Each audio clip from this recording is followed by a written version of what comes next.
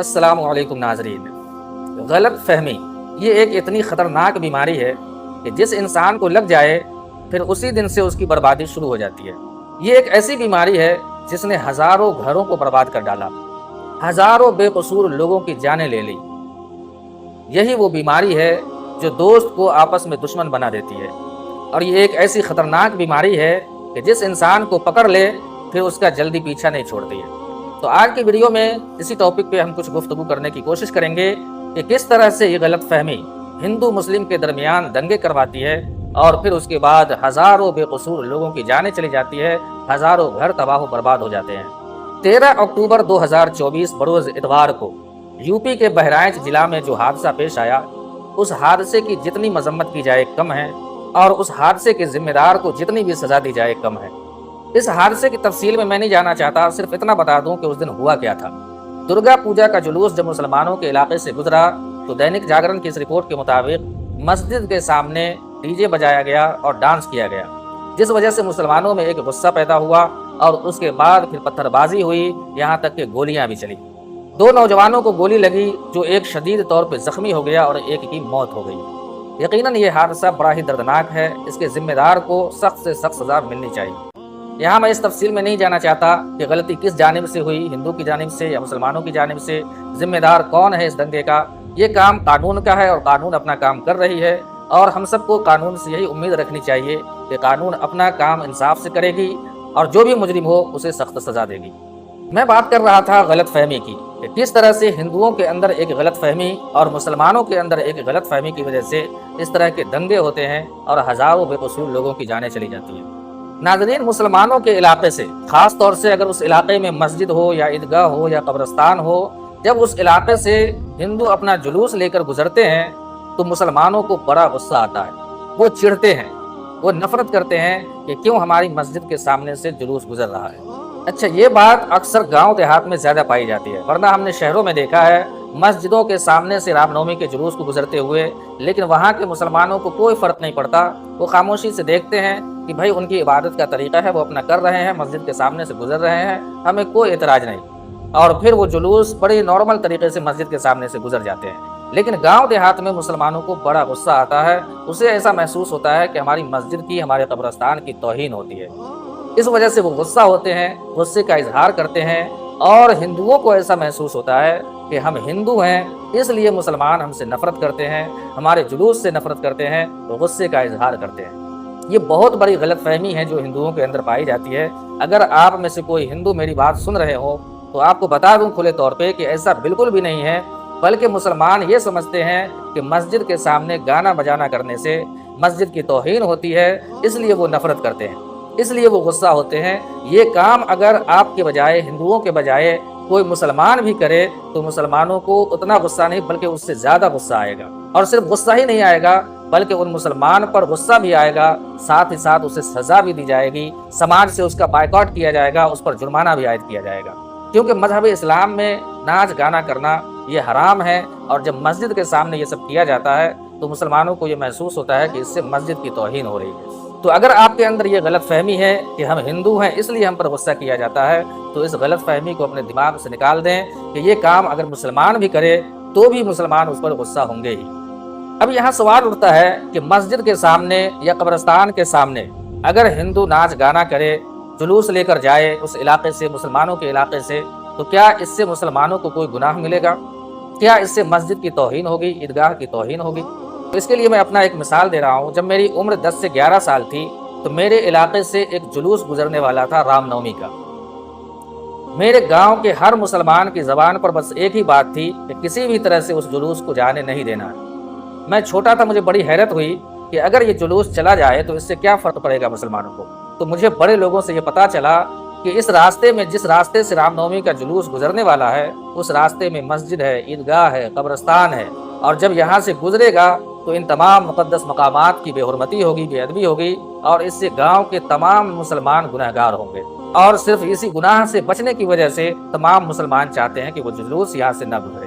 اس وقت معاملہ اتنا گمبھیر تھا کہ اگر پولیس نے اپنی کارروائی نہ کی ہوتی تو ہزاروں بے قصور لوگوں کی جانیں چلی گئی ہوتی، لیکن پولیس نے اپنا کام ذمہ داری سے ادا کیا، کوئی دنگا فساد نہیں ہوا، بڑے آرام سے جلوس گئی، اور اب بھی جا رہی ہے، ہر سال پابندی کے ساتھ وہ جلوس جا رہی ہے، لیکن کوئی دنگا فساد نہیں ہوا۔ ناظرین، یہ میں نے صرف اپنے ایک گاؤں کا مثال دیا ہے۔ اس طرح کی مثالیں اگر میں دینا چاہوں تو صرف اپنے ضلع کی 10 مثالیں دے سکتا ہوں، جہاں مسلمانوں نے اپنے علاقے میں جلوس آنے سے روکا اور اسے منع کیا کہ ہمارے علاقے سے، ہماری مسجد کے سامنے سے جلوس نہ جائے۔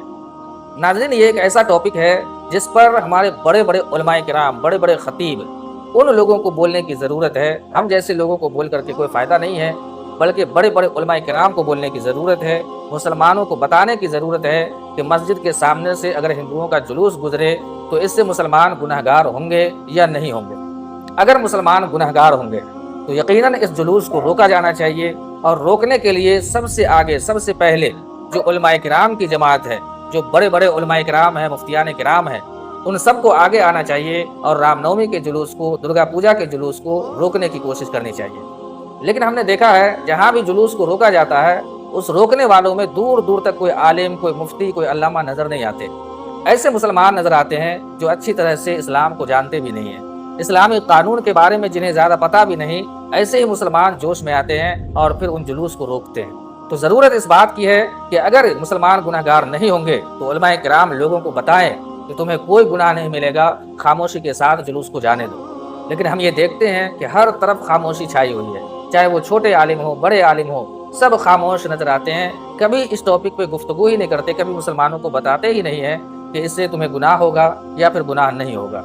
جہاں تک میں نے جانا ہے وہ یہ ہے کہ اگر مسلمانوں کی مسجد کے سامنے سے ہندوؤں کا جلوس گزرے تو اس سے مسلمانوں کو کوئی بھی گناہ نہیں ملے گا، بلکہ اگر مسلمان بھی مسجد کے سامنے گانا بجانا کرے تو اس سے بستی کے مسلمانوں کو کوئی گناہ نہیں ملے گا، بلکہ جو کر رہا ہے اس کو گناہ ملے گا۔ باقی بستی کے مسلمانوں کی ذمہ داری ہے کہ اگر کوئی مسلمان مسجد کے سامنے ناچ گانا کر رہا ہے تو اس کو پیار سے سمجھائیں، نیکی کی دعوت دیں، برائی سے منع کریں، اس پر بھی زور زبردستی نہیں کی جا سکتی۔ اور اگر کوئی غیر مسلم کر رہا ہے تو آپ خاموشی کے ساتھ اسے دیکھ سکتے ہیں، اسے منع نہیں کر سکتے، اس پر زور زبردستی نہیں کر سکتے ہیں۔ اسلامی قانون یہ ہے کہ اگر کسی ملک میں اسلامی حکومت ہو اور وہاں غیر مسلم بھی رہتے ہوں تو حکومت کی یہ ذمہ داری ہے کہ جس طرح سے مسلمانوں کی جان، مال، عزت و آبرو کی حفاظت کرتے ہیں، ویسے ہی حفاظت غیر مسلموں کی بھی کرے۔ غیر مسلموں کو عبادت کی فل آزادی دی جائے گی۔ اس کی عبادت میں اگر کسی طرح کی رکاوٹ آنے والی ہو تو یہ حکومت کی ذمہ داری ہے کہ اس رکاوٹ کو دور کرے۔ اس کو تفصیل سے مثال کے ذریعے آپ کو بتانے کی کوشش کرتا ہوں کہ ویسے تو ابھی پوری دنیا میں کہیں بھی اسلامی حکومت نہیں ہے، لیکن کچھ لوگوں کا ماننا ہے کہ سعودی میں اسلامی حکومت ہے۔ ویسے سعودی میں بھی اسلامی حکومت نہیں ہے، لیکن پھر بھی تھوڑی دیر کے لیے ہم مان لیتے ہیں کہ سعودی میں اسلامی حکومت ہے۔ مکہ شریف اور مدینہ شریف میں غیر مسلموں کو رہنے کی اجازت نہیں ہے، لیکن اس کے علاوہ جتنے دیگر شہر ہیں وہاں غیر مسلم رہ سکتے ہیں۔ جدہ جو سعودی عرب کا ایک شہر ہے وہاں غیر مسلم رہ سکتے ہیں۔ تو اب مان لے وہاں ہزاروں کی تعداد میں ہندو رہتے ہیں، وہاں کی حکومت کی ذمہ داری ہے کہ ان ہندوؤں کو پوری آزادی دے کہ وہ اپنے طور پر اپنی طرح سے اپنی عبادت کر سکے۔ جلوس نکالنا یہ بھی ہندوؤں کی عبادت کا ایک حصہ ہے۔ اگر ہندو جلوس نکالنا چاہے تو وہاں کی حکومت کی ذمہ داری ہے اسے جلوس نکالنے کی اجازت دی جائے۔ اب تھوڑی دیر کے لیے آپ غور کریں، ہندو لوگ جلوس نکال رہے ہیں جدہ میں، جس علاقے سے وہ جلوس نکالیں گے اس علاقے میں کتنے مسلمانوں کی آبادی ہوگی، کتنی ہی مسجدیں ہوں گی، کتنی ہی عیدگاہیں ہوں گی، اور ان سب راستوں سے گزرتے ہوئے ہندو اپنا جلوس لے کر جائیں گے۔ تو کیا اس جلوس کے جانے کی وجہ سے جدہ کے یا سعودی عرب کے تمام مسلمان گنہگار ہوں گے؟ ہرگز نہیں، بالکل بھی نہیں، کیونکہ مذہب اسلام نے اس بات کی اجازت دی ہے کہ غیر مسلم اپنی فل آزادی کے ساتھ اسلامی حکومت میں بھی اپنی عبادت کر سکتے ہیں۔